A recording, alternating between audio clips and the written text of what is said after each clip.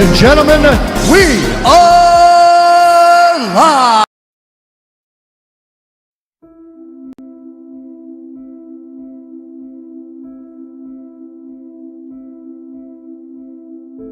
Which one's the best crypto asset? Well, Bitcoin's the best crypto asset. Okay. What's the second best? There's no second best. There's no second best crypto asset. There's a crypto asset. It's called Bitcoin, right? Right? There's no second best. Okay. It's not like Google and Facebook. It's not like Apple and Amazon. Yeah, we can debate Apple or Amazon. What's better? They both look like tech monopolies to me. They both look pretty good. On the other end, Bitcoin or no. Bitcoin. Bitcoin's a crypto asset. This entire idea of like 60% dominance is bullshit, ridiculous, stupid, right? Like, it's stupid. It's not 60% dominant. It's like 96% or 95% dominant, right? The thing, and you compare it as a crypto asset to a like kind of proof of work crypto network, right? That's meant to be a store of value. You know, you're lucky if you find it, you can scrape together 5% of other stuff in the last bucket, so there is no real proof.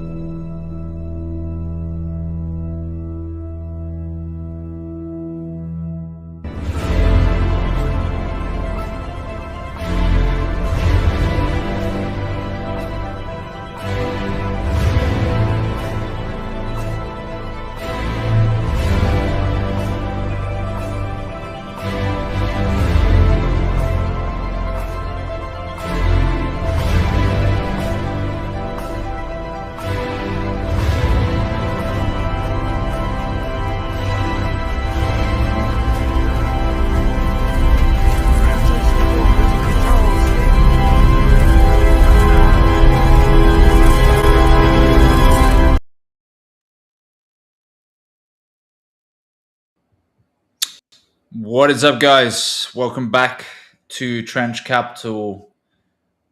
Hey, what's been happening in the last 24 hours, Alphaballer? You give us the rundown, give us the playbook. What's been occurring? Jarvis, lock the fuck in. You've seen Sailor saying never sell your Bitcoin. What's been going on? It's been a rough 24 hours. Yeah, go on. Welcome back, everybody. I hope you tuned in yesterday live stream, but if you missed yesterday, make sure you stay during this one, because we've had some nice insights yesterday, and it came so fast. It came so fast to reality. Only the thoughts on like what we were speaking yesterday about Bitcoin, about Sailor, about Ton, about some other things, they came to reality so fast. And like, man, it's just free. We're just sharing free knowledge. There is no way you don't want to tune in for like 30 minutes, 1 hour of your day and just like get all this information. And then it's up to you what you do with it, 100%. It's been a wild 24 hours. Yeah, last 24 hours, for those of you that don't know, Michael Saylor's strategy decided to sell 32 Bitcoin worth $2.5 million. Not much, okay? It's not much, but to me, it's like testing the water. It's just like seeing how people respond and how the price responds. And the price didn't miss. Price chart, and we'll bring this up on stream real quick. There you go. There you can see Michael Saylor's strategy selling that 32 Bitcoin, as mentioned by Watch Guru. But this is making for a pretty red week, and that was. Let me just bring off the moving averages here on the daily time frame. We went from 74K down to 70K, so we had a $4,000 decrease on the basis of what Michael Saylor and MicroStrategy are doing, and that's not offloaded. That's not offloading a decent sized amount of his position. We know that he has the monopoly when it comes to his amount. He has huge amounts of Bitcoin, but this is my worry, right? And this is from Blockworks, but this is my worry when it comes to Bitcoin, and I've been saying this all the time, the whole thing is Ponzi-like in nature. Okay, the whole idea, the software part of the company, which doesn't make up the vast majority of where the dividends comes from, is not profitable. Okay, so their business is not profitable. And then on top of that, the only way that they are able to pay out the dividends, they have a obligation because investors invest their money up front and get stocks or shares in their derivatives, in their versions of their tickers. The only way for that to happen is price appreciation of Bitcoin, and Bitcoin has been retracing. We've seen this from where it was $126,000 at the all-time high. We know that Saylor has not been, MicroStrategy in general doesn't really care when they're buying, right? I think their average entry is somewhere in the 80 grand region. They have bought lows, but the funny thing about them, I find, is they tend to just buy regardless of what's going on in the market, right? Whether it's a bull or a bear, but they go much stronger in the bull to buy more stock, mainly because of the hype, like anyone does, right? Like they get FOMO. Even big financial institutions do the same thing. You saw them buying into the hundreds of Ks, right? And strategically speaking, I mean, like Bitcoin to achieve 100K plus is insane. Now, maybe to them, they think, oh, well, what's 100K on the way to 250K or $1 million? Okay. But when you have to pay your dividends out and you have a certain amount of cash and you've now gone below $1 billion of cash reserves to pay the people who put the money up front, that's a dangerous situation. And they have been trying to manipulate this market to keep going up. And I think now we're starting to see the drop off. I think now we're starting to see through, and people are like, this thing can't go down 50K. I'm sorry, but we're at 70K. We're 20K difference, and he's barely fucking sold anything. Excuse my language. And we've been only 24 hours, and not even 24 hours from the moment that he sold. But we've been ranging in that area, and we've been speaking actually about this yesterday because we've been ranging in that area, and everyone was waiting for a signal, something to happen. So it will be like, what's sell the news, What's the thing? What will be the signal that will make people like finally decide which way Bitcoin goes? And there we go. Because he literally sold nothing, right? For them, 32 Bitcoin, 2.35 million, 2.5 million. Well, It's nothing. It's basically nothing, right? Nothing. Exactly. But this did what it did. It's just, let's say, there was like probably hundreds of millions of longs liquidated, which is like not really organic. Like we had some leverage flash as well. We got some longs liquidated. And it also gave the sellers that were waiting for the move the right to sell. Because like, hey, Saylor sold, MicroStrategy sold, some Bitcoin. So let's just dump it. Well, I think also like the relief rally happened last month, right? And we're just brand new into a fresh month in June. You never know; it could reverse at the end of this month, right? Because we saw that at the beginning of last month, the price was going up. Price went up as high as I think it was 83, 84K. Everyone started saying, bull market's back on. I had a lot of people saying these kind of things. I look at it like from a charting standpoint, I think it's hit certain levels like perfectly. So I'll bring this up real quick on the moving averages side of things. This is on let's go on the weekly real quick for a second so we get a better perspective here. But it has been testing certain levels here, right? Trying to push up towards the 89 EMA, right? For some people who want to know, the guide that I'm using is the moving averages here, and then possibly going up to the 50 EMA. The problem was, right, we were struggling we got past the 21 EMA, and then we've just come back down, right? We were holding this level. This level is probably a key support level. And as it comes down, as it hits and probably bounces and stuff like that, then we go into in my opinion, where your lows start to come in. And it will be ranging in between. Could it go further down? Yes. I've talked about this on stream, that last cycle, the price, if you're looking at these moving averages, it actually went slightly below, about 15% below this blue line here, which is your 377. But the idea, and by the way, for people that want to know the price, 51K, right? 51, but it's a moving average, so it will move and it probably will go less as the price goes down. But look, I mean, the big thing here is this. I mean, we've been talking about this for a while. We've been talking about the fact that strategy are going to sell. They have to sell. The whole scheme is really. This was like a big concern. I remember back in November of last year, it was a big concern for me. Like, part of the reason why I got very bearish, I was like, the structuring of their derivatives and the structuring of their Ponzi is really bad. The big thing for me as well was the fact that the software company isn't profitable. If MicroStrategy's software company is not profitable, where's the money coming from? Bitcoin doesn't give you yield. It's not like Ethereum. You're not like staking it and you're earning yield. It doesn't give you yield. There's 21 million of them, right? There's a certain issuance, and the issuance goes down every 4 years. So where's the yield coming from? And they're acting like that you can get yield from the price appreciation of Bitcoin. There's no yield. They have to sell some.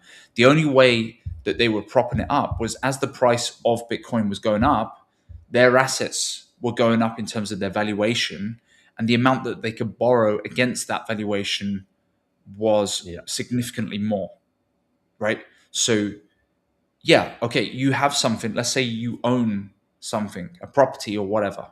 You can take out capital. If the price appreciation goes up, you can take capital against that and then use that capital. But guess what? If the price of the house flips and goes the opposite way, you lose 50% on that house. You ain't going to go to the banks and be able to get it. That's not it's Ponzi-nomics. In my opinion, it's Ponzi-nomics. So, you know what's the other thing? The other thing is not like even them or him selling.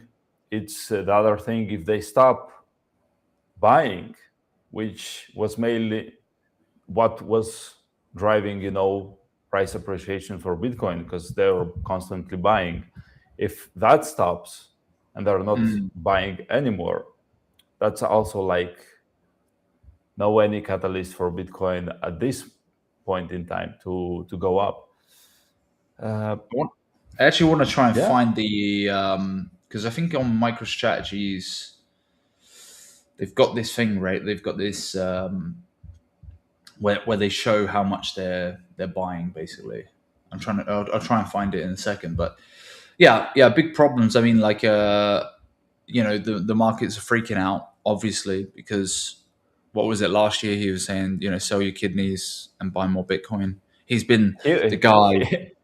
He's been the guy driving, the Bitcoin bull maxes. Never sell your Bitcoin, sell your kidneys, buy more Bitcoin, and everything like that. And he just like, okay, guys, we just sold some Bitcoin, right?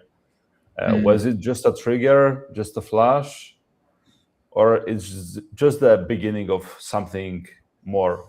And my timeline, I would say, they're so split. Like, there are the complete bull maxes that like, okay, this is just a flash, and like we're gonna go higher. And we have the other side, which are bear maxing and just calling for under 50K, maybe under 40K. That's like I don't know if he'll flush that far down. Because look, to be honest with you, okay, so they've got like 900 million in reserve. This is what I want to bring up, by the way, right? They've got to pay their dividends. However, like I think people do overdo it, right? Like You don't have to sell huge chunks, right? You clip away. The concern, I think, that most people have is basically the reaction. We're talking about one treasury company and the biggest treasury company, right? The biggest treasury company, and they own a huge amount of Bitcoin. So there are other treasury companies, and their MNAV is below what it needs to be, meaning the average entry price and the amount of debt that they took out to buy that Bitcoin has now gone underwater versus the share price. So what that can mean is you've got to, if you're running a company and you're raising money, you have an obligation. Maybe it's every year, maybe it's every quarter, maybe it's every bi-yearly. You have an obligation to pay a dividend out. The whole reason why people buy your stock ticker rather than buying Bitcoin straight off the rip is because they get, say, 10% or 9% a year or whatever it is, right? They own the share, and they can always cash out and sell the share, but also they can get residual income. They get some sort of income that comes in, a dividend that comes in. You have an obligation. You have to pay it, or you'll get sued as fuck, right? You're going to get sued by individuals who will be very, very pissed off if you don't pay that dividend. So in my personal opinion, like, you look at it and you go, I don't think they're going to sell. And as they sell, people are going to front run it, or they're going to lose kind of credibility, or people are going to play those games. You'll see some whale flushing. You'll see some people like maybe marking down the price and stuff like that. And a lot of people will be like, oh yeah, but they've got capital to buy those dips. No, they still have their dividends payments to make, and they only have a certain amount of cash reserve, and they have been buying. That's the problem. Their cash reserves are now running low. The way that they used to do it, okay, or what they've been doing, especially this year, was they were making new tickers with higher dividends returns. So instead of it being like 9%, now it's like 11% return, and trying to raise the money to then pay off the immediate dividends that they had to pay to their investors already. So they're just backdating, they're pushing it to the future. It's like a typical Ponzi scheme. So like volatility wise, I think we see a lot of volatility. The problem is as well, I don't think the markets are liquid to sell all large amounts of their position. So then that will cause, we know this from buying shitcoins. It's like, hey, there's not much liquidity there. Slippage is high. I'm only going to be able to sell a certain amount without slipping the price even further and the price going down quite rapidly. So we might see this rapid drop. But at some point, I mean, like, people are going to see this as extremely discounted, and a bottom floor will happen. I just think that whales or big, large holders of Bitcoin are going to see this as a massive opportunity. So yeah, it's hilarious to me, and the markets are reacting just like that, like poorly. Gone down from 74k, we're at 71k, went down to 70k. Probably going to break down further. We'll see. Yeah, looks like so. You want to go through some comments a little bit? Yeah, let's do it. XX saying, are we about to see Bitcoin collapse? Remember, whatever happens, Bitcoin will keep going up forever. Yeah, I look. It's again, timing's my kind days of on time. Timing is perfect on it, right? What are we in? Like January, February, March, April, May, June. So the end of Q2, going into Q3, and then probably Q4. I mean, you couldn't fucking make it up. 1 year from the all-time high, which is October, which is your typical bear market bottom. It's just ironic that it just from the all-time high, you now have Sailor selling. And you have uncertainty within the Strait of Hormuz, and you've got new Fed chair coming in and uncertainty on rate cuts and all of this kind of stuff. I find it really fucking ironic. The timing's unbelievably interesting. So yeah, sure, collapse. Again, run it up. Again, when you have an all-time high, you're having price inflated to a degree that is never seen before. It has to come back down in order to find an equilibrium. And this is where sellers go, right, okay, this is way too, I purchased this Bitcoin years ago for hundreds of dollars, maybe thousands of dollars, maybe even $50,000. Right.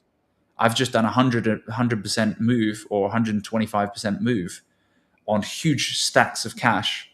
I'm going to sell. I'm going to take the TP, and then we go again. And it's the Ponzi of stocks, Ponzi of Bitcoin, Ponzi of anything. Some things get overvalued.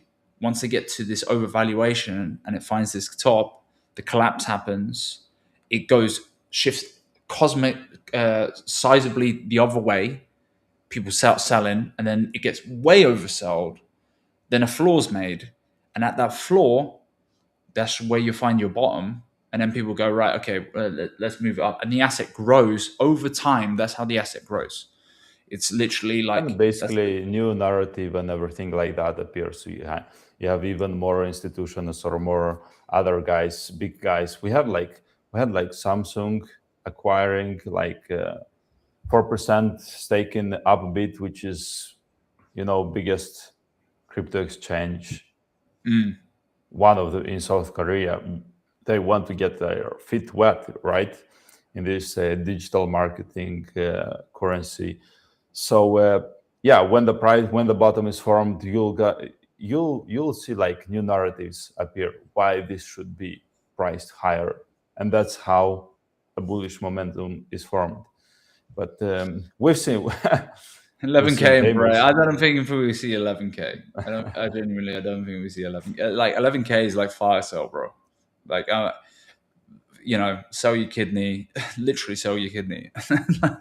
But no, I mean, it's too early. Patience, guys. I know. Everyone goes extreme. Protect right? our health, We got Pete Chad Sailor.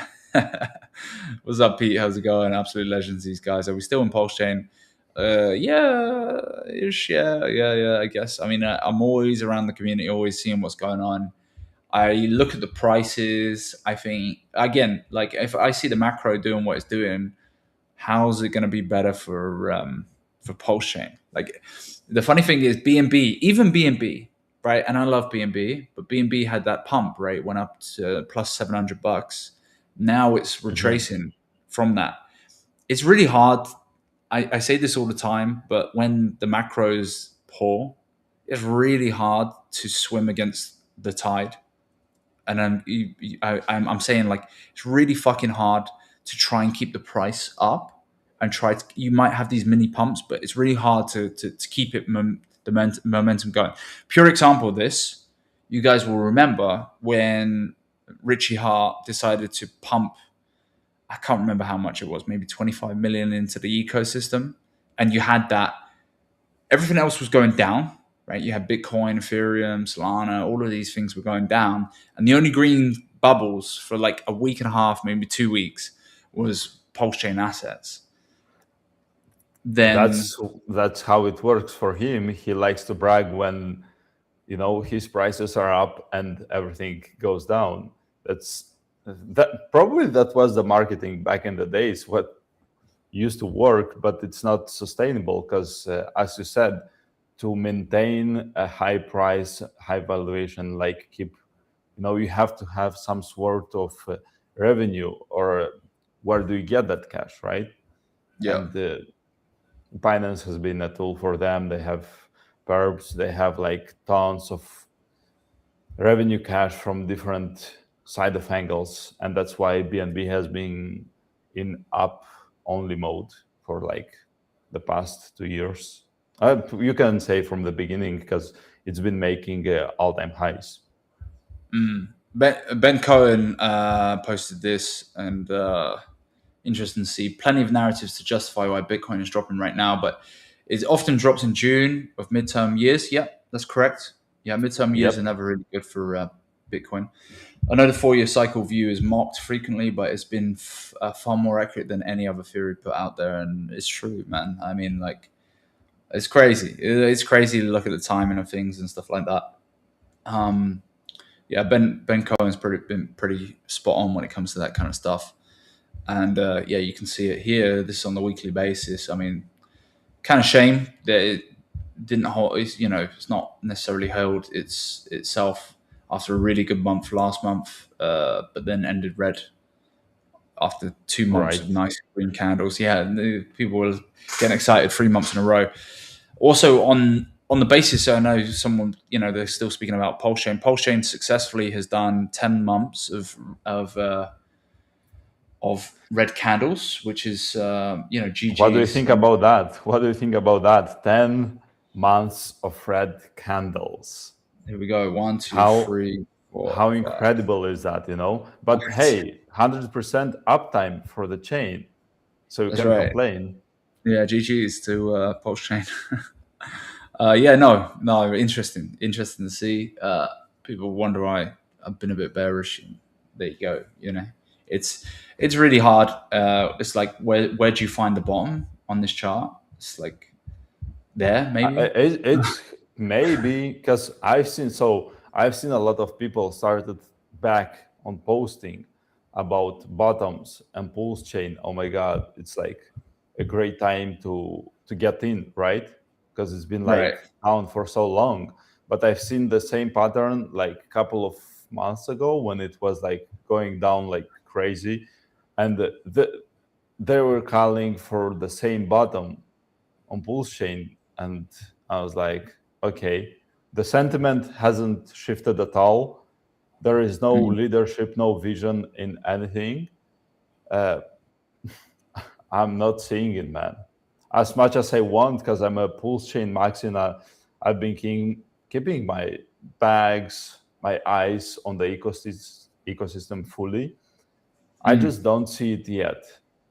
I just don't see it yet. No, I don't like the way it's like. My concern is that I don't like the way it's going because it's just like there's no flaws, right? So at least if we go on the chart here, yeah, and we're on the monthly basis, it felt like there was probably a range. If we go on the week, actually, let's go on a weekly. It's going to be a bit better to see it like this.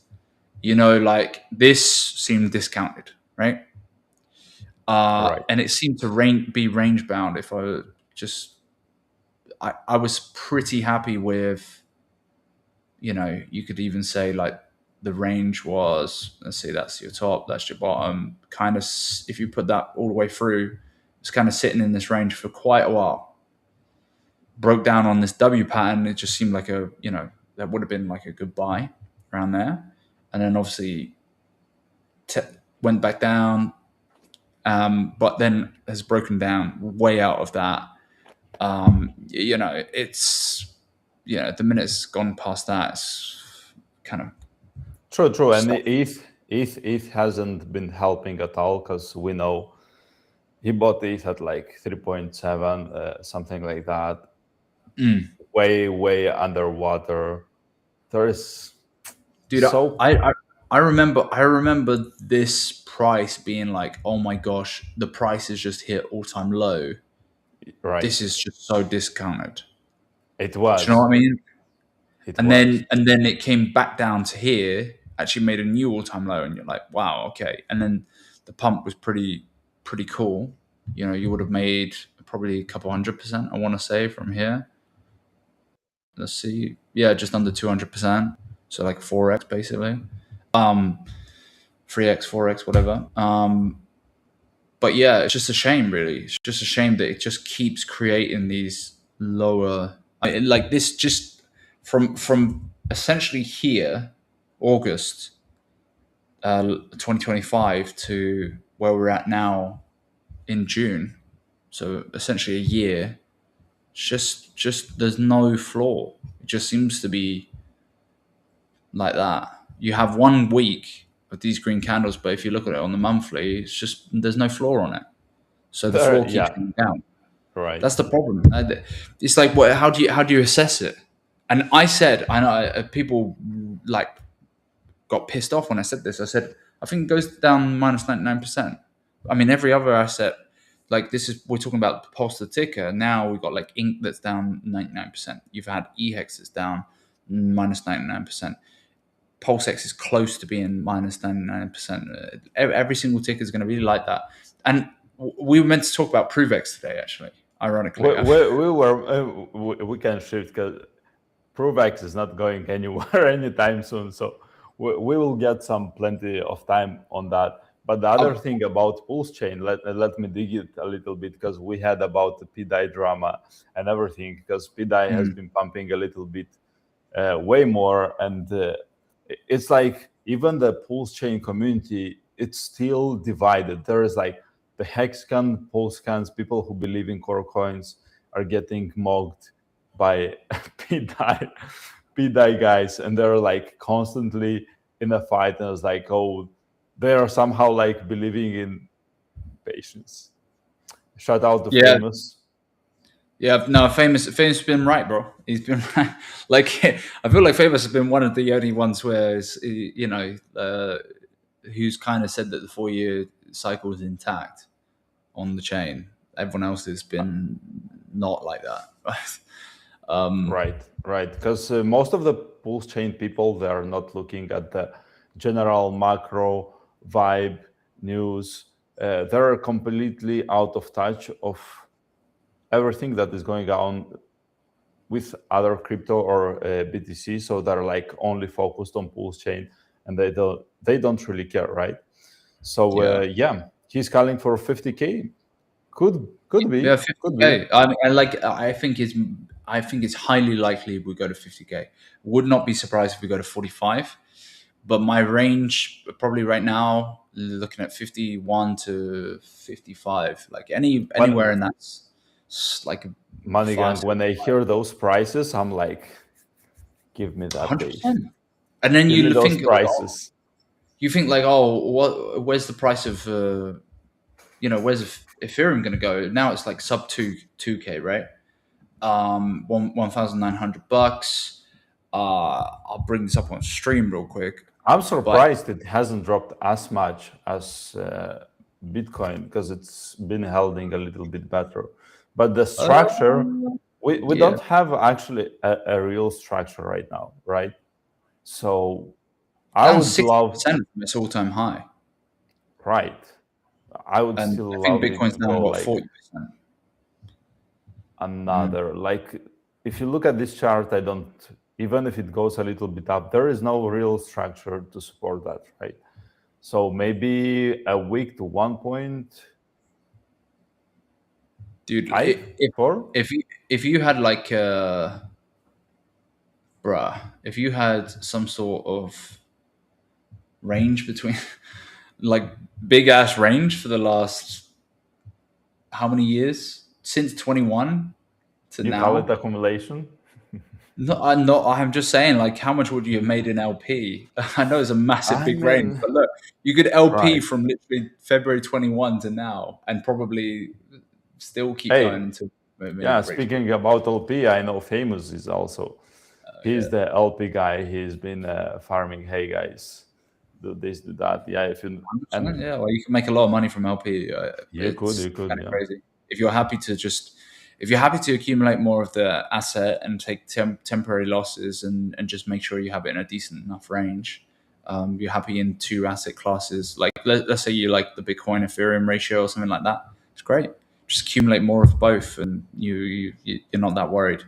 And with time, especially if you're in that kind of longer term position in a decent range and you're making decent fees, it's great. You can use it short term and make really quick high fees, and sell positions and stuff. But yeah, unit accumulation is really cool if you're focusing on units, because at the end of the day, I look at stuff like gold. I look at stuff like some of the stock valuations, Nvidia right now, right? Incredible, like crazy. And you go S&P 500, and I go, this asset's going to be around for the next 20 years. I want to still get units of it. I don't think it's not going to be around. I think it's now an asset class that's accepted. And I don't agree with, because you get the extremes, right? You go, oh, it's going to replace everything. It's going to be the biggest asset class in the world, this, that, and the other. And then you got the opposite extreme, which is like Peter Schiff, where it's like, oh, it doesn't do anything. It's not going to exist. It's all going to go to zero. Nah. it's going to be around. It's functional, it's usable. People use it all over the globe now, and it's getting used much more. Of course, crypto is going to be around. Of course, it is. What's your timeline for $1 million Bitcoin? Let's say we're at 125K. I'd be looking around 200 to 250 next cycle. I reckon you got another 2 to 3 cycles for that. 10 years? That's a good one. I think there's reason. I mean, like, if we go off of market cap comparison, right? Crypto in general, it's so undervalued at the moment, and it's getting more. I agree. Bad. And what was the market cap top? Like 3 trillion? I think it was 0.4 probably. Yeah, no. So just double the price. Just slightly below double, but just around 3 trillion. I think it should be competing up here into the 5 trillion marker, right? So I think it should be within the top 5. I think silver's pretty overvalued, but like, let's go off of silver's price right now, like 4.27 trillion. So your times in if we go off of what would what would make if it's $1 million, so we're at like 71K right now, okay, and we're looking for $1 million in pricing, divide that by 71,000, about 14 times the market cap of what it is right now. That's where it needs to be. So if it's 14 times by 1.4 trillion, we're talking about an asset class that's going to be 19 to 20 trillion dollars. Long way to go, because gold is at 31 trillion right now, right? So I'm trying to do some quick maths. Don't hold me to it. So let's just get to 5 trillion first, and at that point, then you can go, yeah. Then you start to look at like 1 million down the line. But I think it will take a lot more time than people think. I think a lot more liquidity, I would say, building a lot more, not even structure, but adoption, because everyone is like, okay, Bitcoin is the new digital gold, more acceptance. There are still probably around 10%, 12% of people in the world owning anything related to crypto. I don't even think it's Bitcoin. That high, bro. The last time around, I remember in 21, it was like 3 to 4%. I don't know if it is now. It is way higher. It is way higher. But some people probably touched crypto, right? And then completely disappeared, because it's a rough place. If you don't like it, depends how you take. Like, you have some people that they want to turn like $10 in hundreds of thousands, right? And then you have like big smart guys that, okay, I see this as an investment class, so let me take it steady. Let me learn about it. Let me invest it slowly, right? Yeah. So we have the smart mind, smart money building over time. People who want to get like, I've heard about crypto, that he bought like $100 and turned it in 1 million. Sure. That's probably in Memecoins and happening once in a couple of millions. I also like a lot of OGs I know, 2014 guys, 2017 guys. They have this idea that it's all over, right? So they've cashed out, and the problem is, here's where they're not seeing the truth of things. When they bought in 2014, if you bought anything, the price goes up because the market cap evaluations were so low and the competition was so low. Right. I also saw this, I hear about this in 2017. Okay. Now the ease of use now of crypto and the ability to be able to raise to make a coin is like super easy. There's barely any development needed, right? You just do it off a launch pad. So this idea, yes, there's more saturation, but there is probably I don't believe this idea that just because there's more saturation and that's the end. Like, there's plenty of products out there. There's plenty of Chinese knockoff products for some of the best brands out there. You think of Dyson, right? The best Hoover or vacuum cleaner, as some people say. There's plenty of vacuum cleaners in the world. There's loads of different brands and different shapes. Just the cream of the crop rises to the top. And so I think that's what's going to happen in the future. I think we still got a problem with launchpads. I think we still got like too much going on, but people still want the opportunity to play around in these markets. People still are looking for opportunities. I don't think that dies out. I think there just has to be a bit more structure with it. I think it's got to be less of a kind of free market in the sense of there's so many now. There's got to be some sort of grading system or better system when it comes to launchpad stuff. It has to be right. better. There is nothing better than crypto at the moment. The feeling that it gets, and we're speaking even right now when the things are slow. But you have people who like to invest in a little bit more riskier assets. You have gamblers who want, to try their luck and like maybe become something from nothing. You have a lot of different parties how they see. So there is no way these things goes away. There is so much demand actually that when it finds probably, because that's probably a lot of people don't even understand or don't even know this, but the flipping of momentum can be so fast, right? It can be so fast when something's happen and it finds the bottom, it finds the structure. It can switch like in 2 weeks, 3 weeks. You can have it like go parabolic, right? Sure. Yeah, I'm not sure if you were around because I was not around where the things were going parabolic left and right when just BNB appeared, when other bigger cryptocurrencies, and they were doing like 100 plus like 1,000% in a couple of weeks. Like, Yeah. hey, there were like I haven't felt this at all this cycle because it was like a rush. You had to run from one chain to another to gamble on one meme coin to another. Yeah. So this industry is definitely not going away. In I any don't think case, so. No, it no. is just too big to. No, it.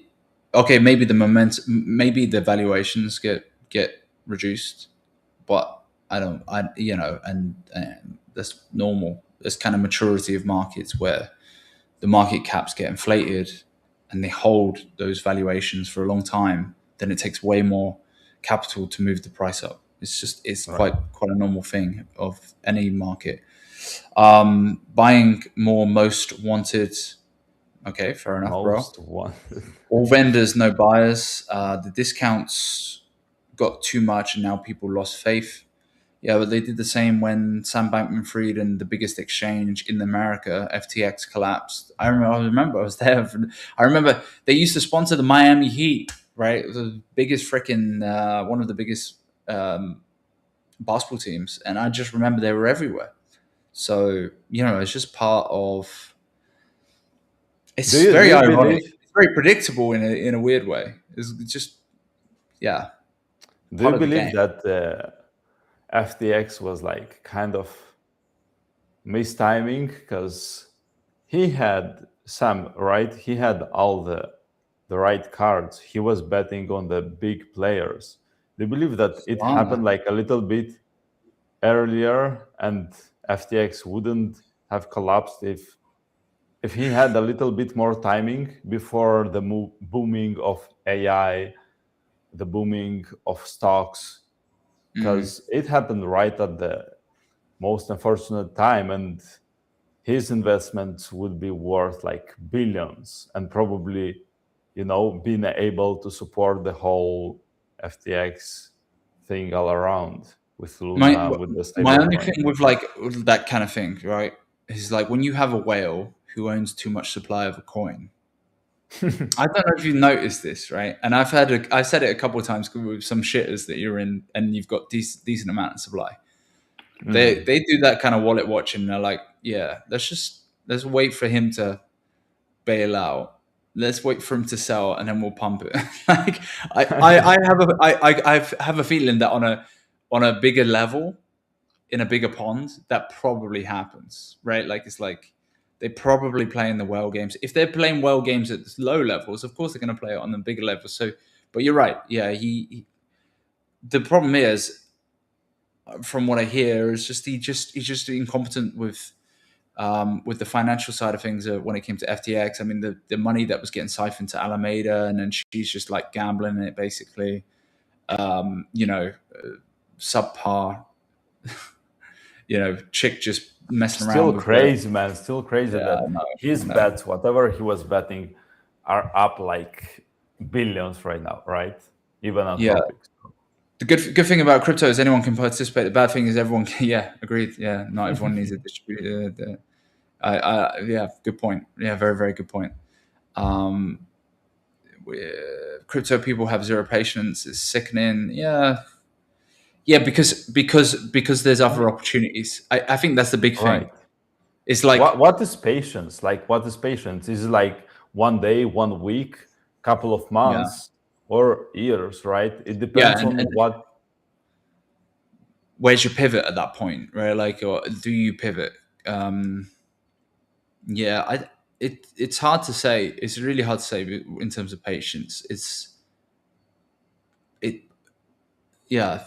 If you're a long-term player, I get it.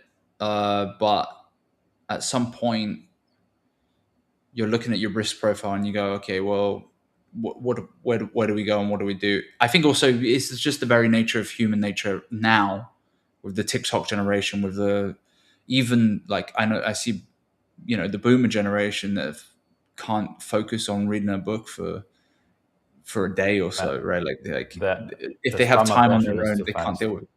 Huh? Right. The spam attention is too fast. You get like, Yeah. what, 10, 15 seconds of retention, right? And then like sweep. So we are speaking about the retention in a market, in an environment where things are moving too fast. And even if you're in crypto and you're on Pulse chain and you're having a 10-month red candles and you see other people like making money on other chains, you see like a lot of volume, you see other opportunities,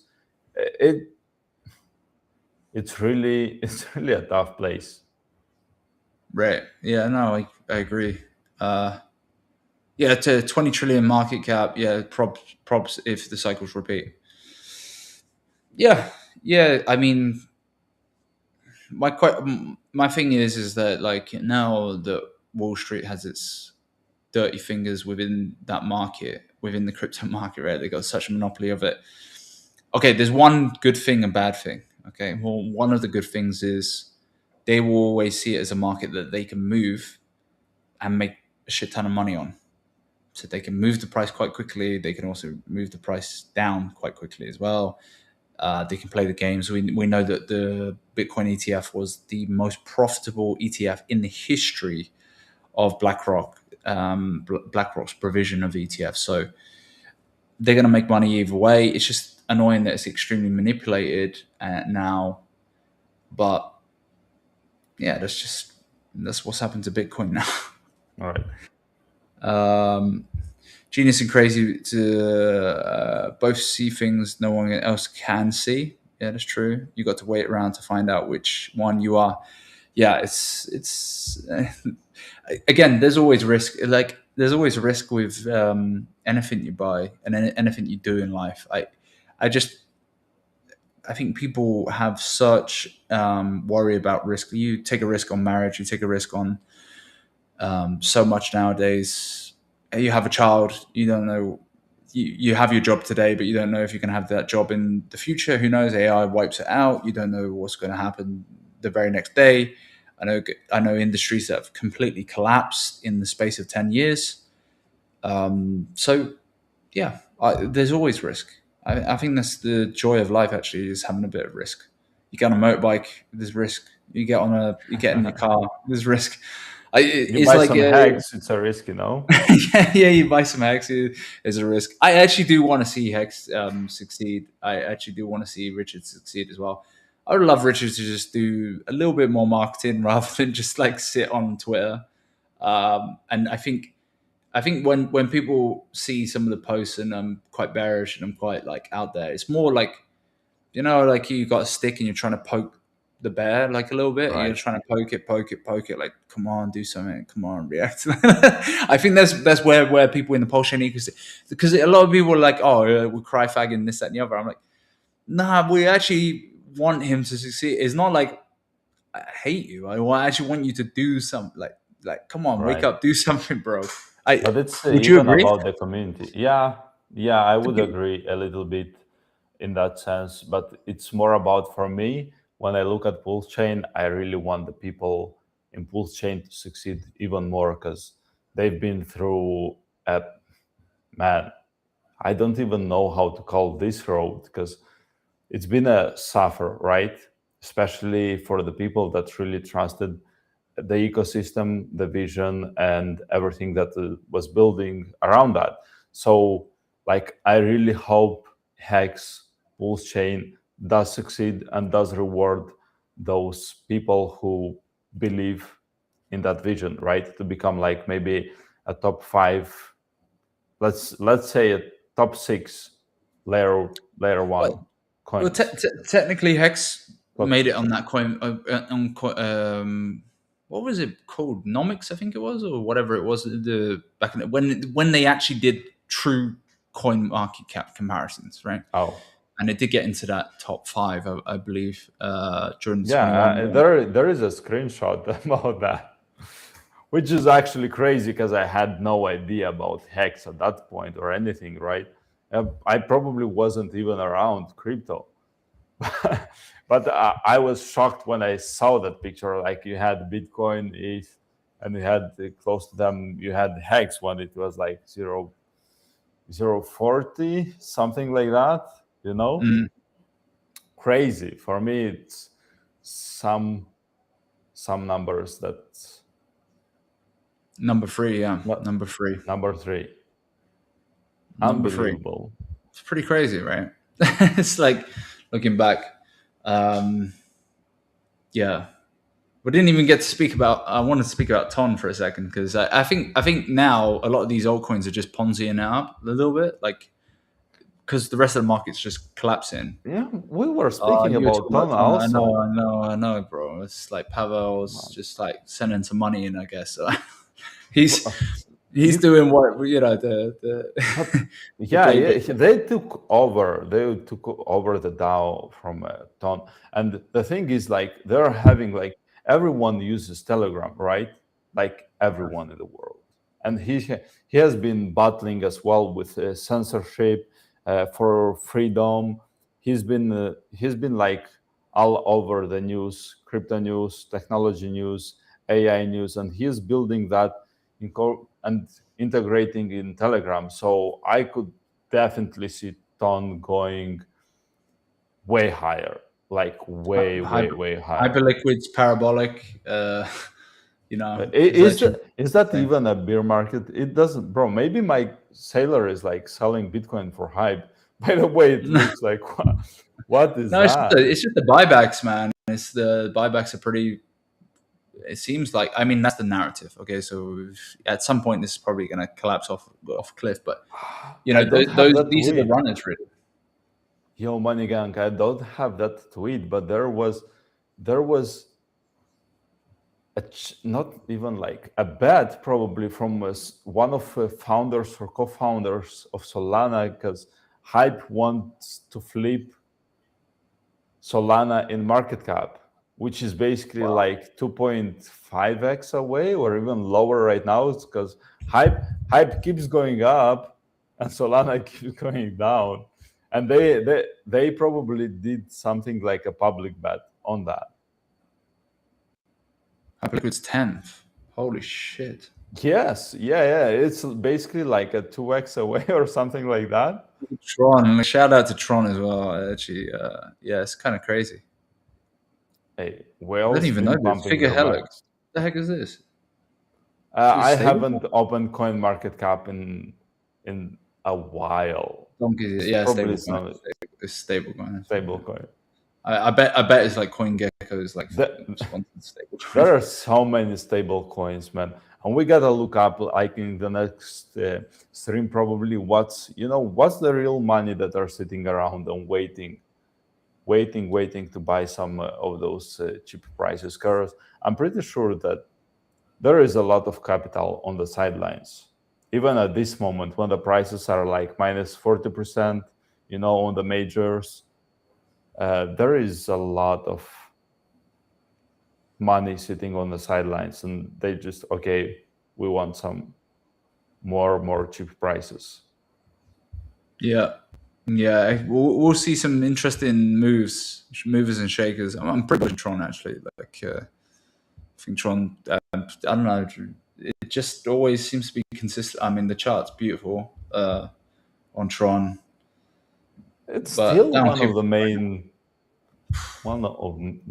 primarily used blockchain to transfer a lot of money, a lot of stable coins movement. We're going. It's like from the past like 2-3 years, like when I hear about like a lot of big moves, transfer of money and stuff like that, a lot of people were using Tron, and I don't even get it where it comes from. But okay, it's not like the fastest. The Asians Yeah, love it's it. not the fastest Asians blockchain. and Russians, I think. Yeah, a lot. Yeah, there's every single one, like every single person I've spoke to who is like from this part of the world, Asia, or part of Russia, or Russian-speaking countries, they all use Tron. TRC, yeah, they're just like, hey, you wanna send some cash? TRC. You want to do anything? TRC, yeah, just like. It's annoying because I like I've used Tron before. I found it a little bit clunky. This was when they had their big launchpad season. They had like their pump fun competitor. I forget what it was called. Sun Fun, I think it was called. He was quite fast. He was quite fast on it. Let's be honest. They're just getting the things done quite fast. Oh, great. Well, I mean, we're getting to the hour mark, man. We haven't even touched on Prove It. Let's talk on ProveX tomorrow. Okay, we'll make sure. Yeah, that's going to be like number one. So, guys, like, share, and subscribe if you haven't. We also have the Telegram group, which is growing day by day. T.me/Trench Capital Lounge. Go join that as well, and you can also follow us on Twitter, MoneyGangCrypto, and Sick Alpha on X. And also Alphaballer on YouTube as well. But yeah, we're around pretty much Monday to Friday now doing these types of shows. Is there anything that you wanted to say at the end of that, Alpha? Man, I really hope that, Sailor's gonna sell some kidney and buy back his Bitcoin, and he says like, hey guys, it just was a misclick. Other than that, is just excited, about the future of Bitcoin, about crypto, about new tech. So we didn't even get to go a lot deeper in the new tech all around, like all over other blockchains. So Bankerbot, really excited. We've not even talked about that. We're gonna need to do this week. It's good. It's a good problem to have. That's right. And I'm really excited. So we introduce maybe in the show like 10 minutes, 15 minutes where we can speak about some projects as well, right? Because there are so many that are trying to build a new tech on that. Like you have on Base a lot of things, you have on Ton also a lot of things. Maybe we can speak about some Memecoins as well during when the times are right. Sounds good. Yeah, I'm looking forward to it, man. So yeah, guys, we'll see you tomorrow, same time, and we'll get onto ProveX tomorrow and speak to you then. Appreciate all of you, and go to like, share, and subscribe. Until next time.